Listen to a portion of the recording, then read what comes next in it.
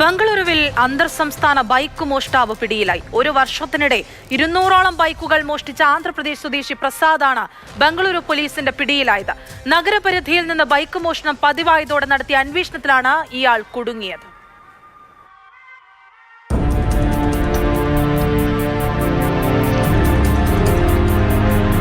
കഴിഞ്ഞ ഒരു വർഷത്തിനിടെ 50 ബൈക്ക് മോഷണ പരാതികളാണ് ബംഗളൂരു നഗരത്തിലെ കൃഷ്ണരാജപുരം പോലീസ് സ്റ്റേഷനിൽ മാത്രം രജിസ്റ്റർ ചെയ്തത്. ഇതോടെ അന്വേഷണം ശക്തമാക്കിയ പോലീസ് കള്ളനെ പിടികൂടാൻ പ്രത്യേക സംഘത്തെ നിയോഗിച്ചു. ബൈക്കുകൾ മോഷണം പോയ പ്രദേശങ്ങളിലെ CCTV ക്യാമറകൾ പരിശോധിച്ചതിലൂടെ പ്രതിയെ വ്യക്തമായി.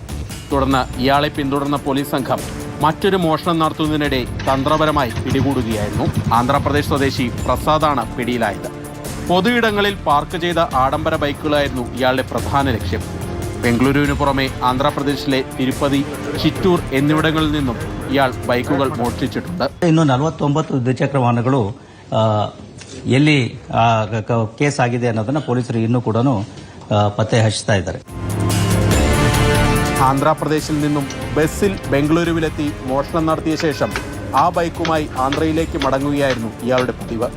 ആന്ധ്ര പോലീസിന്റെ കൂടി സഹായത്തോടെ നടത്തിയ പരിശോധനയിൽ ഇയാളുടെ താമസ സ്ഥലത്തു നിന്നും 1.46 കോടി രൂപയും കണ്ടെടുത്തു.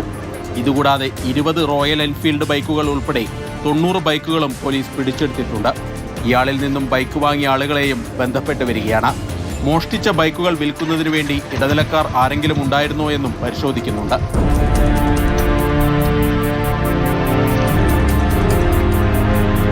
മാതൃഭൂമി ന്യൂസ്, ബംഗളൂരു.